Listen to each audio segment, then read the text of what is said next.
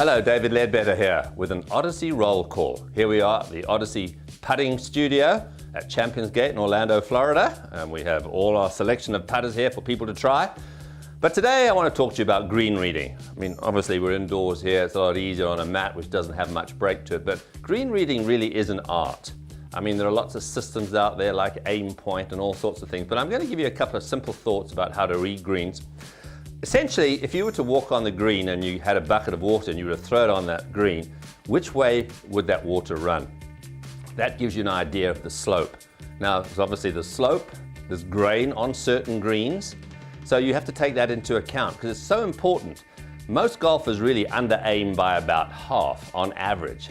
So the first little tip I can really give you is to make sure that, hey, whatever you think it is, double that. So if you think it's a cup to the left, aim 2 cups to the left, because you want to miss it what we call on the pro side. On a left or right putt, the pro side is the left side of the hole. The amateur side is on the right side of the hole. So you have to hit it up on the left side in order for it to have a chance. So that's the first thing.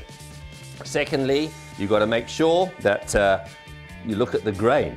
Okay? If it's dark, if the grass is dark as you look at it from behind the hole, or from behind the ball for that matter, that means you're into the grain. If it's shiny, you're with the grain.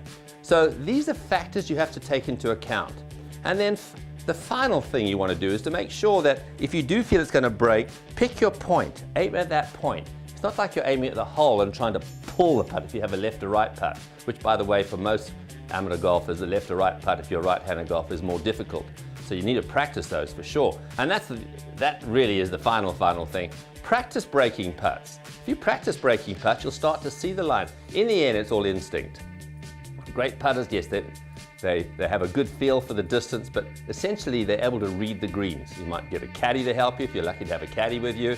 And as I say, there are all sorts of systems out and books on how to read greens and all the little arrows. If you see the pros, they have these books with all the arrows and indicating the topography of the green. But get some feel, get some instinct.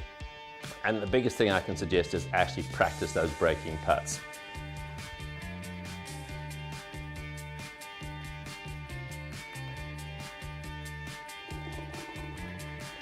Putting is easy if you've got a good feel for it. Remember, reading greens is an art, just practice it.